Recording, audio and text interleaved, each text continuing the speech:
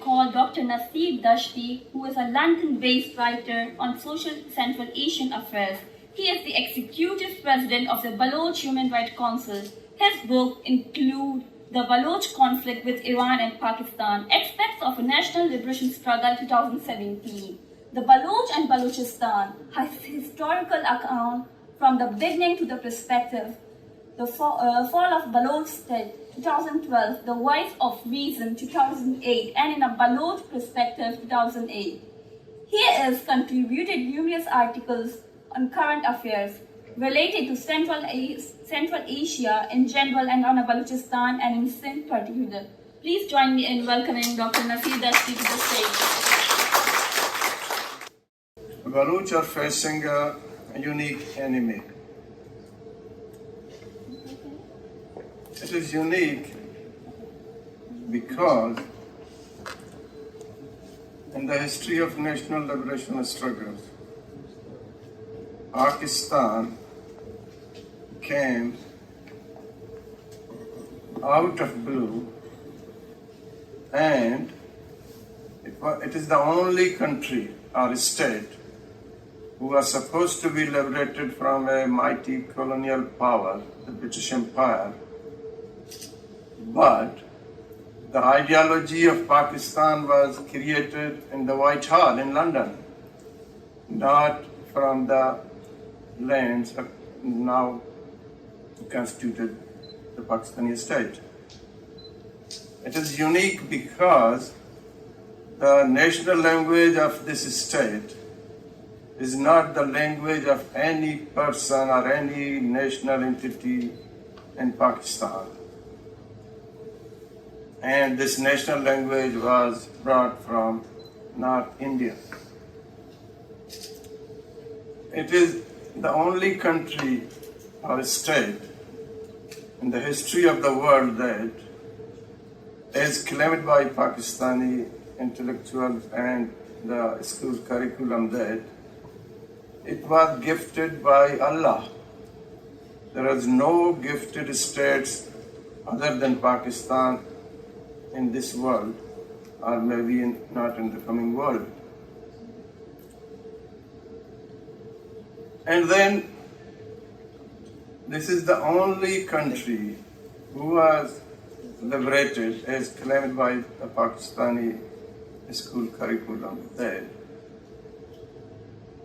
that is, there is no any movement of national liberation struggle for national liberation, neither in Punjab, nor in Sindh, nor in frontier province, nor Pakhtunkhwa, nor in Balochistan, which are now the constituent parts of Pakistan. So there are many unique characteristics of this God-given, Allah-given, British-created state. And I will quote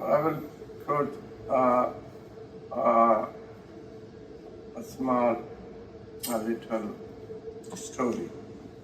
When the Mongol army led by Genghis Khan in 12th century surrounded the city of Bukhara in Central Asia,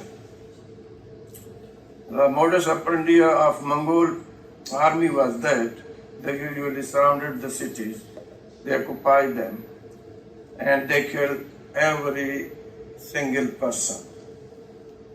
Some able bodies were made slaves and they were sold, but majority of these people were killed by the Mongol armies. So when Bukhara was surrounded by Genghis Khan, the people offered that they will surrender.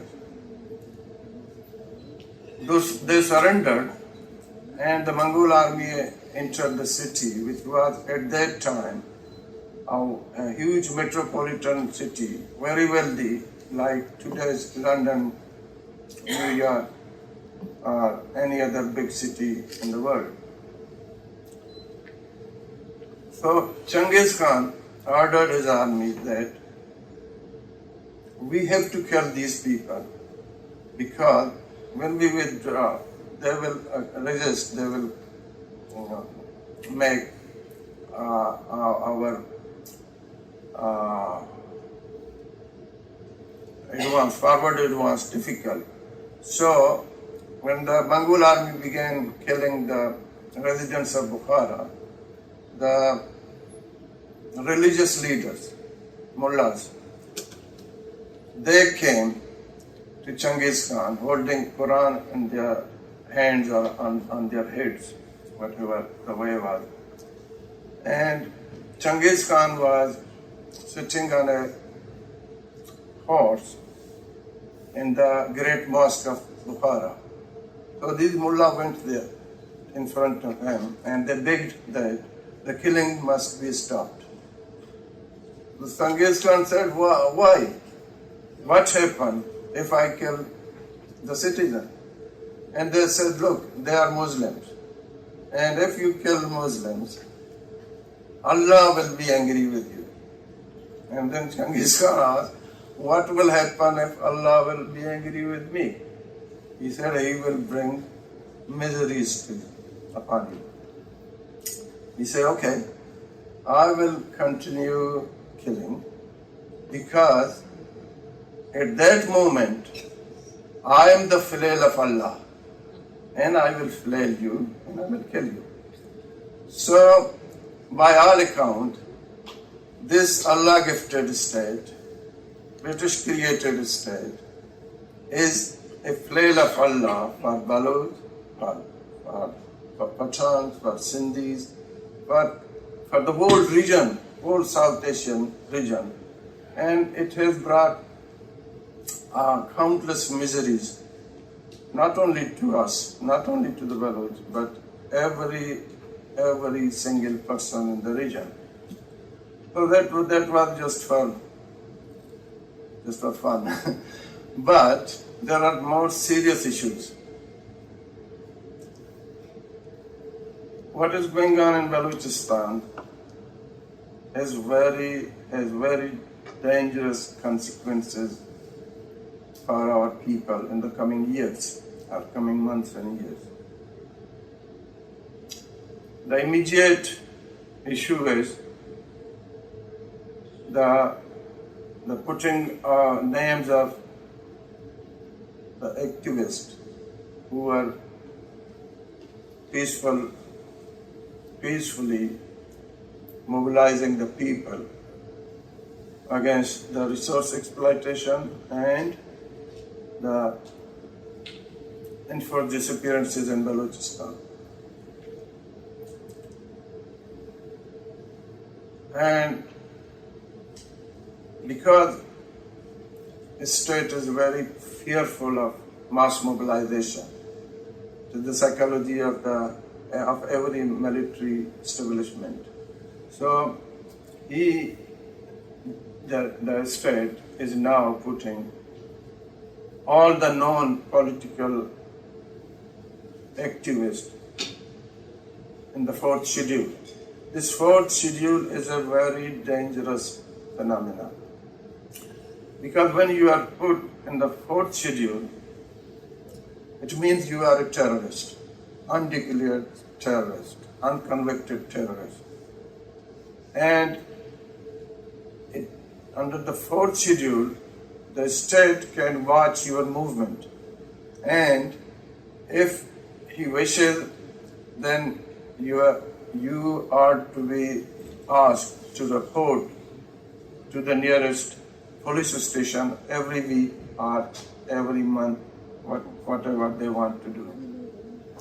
That means they are restricting the movement of our youngsters, and they are branding them terrorists. So whenever there is a confrontation between the armed resistance and the Pakistani army, they can take some of our youngsters and they can kill them, and they say, okay, we have killed such a number of terrorists on intelligence-based operation. So that will be happening to our people. The second issue is the fencing of border.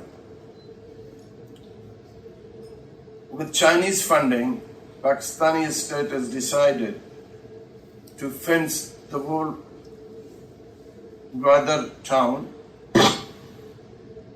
Gwadar International Airport, up to the Sorbandar. This is a nearly 15 kilometer of width and 10 kilometer long strip of land. And this fencing is the beginning of a Chinese enclave in Balochistan.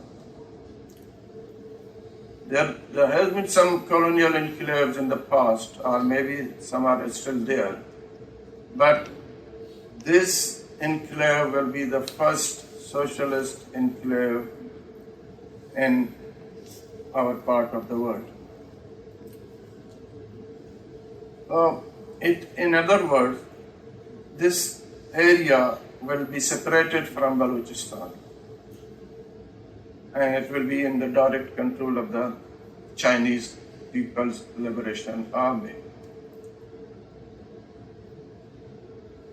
These two issues are of paramount importance, and I request our political organizations, either in diaspora and Balochistan, and the political activists, to take strong cognizance of these events. They are not simple events.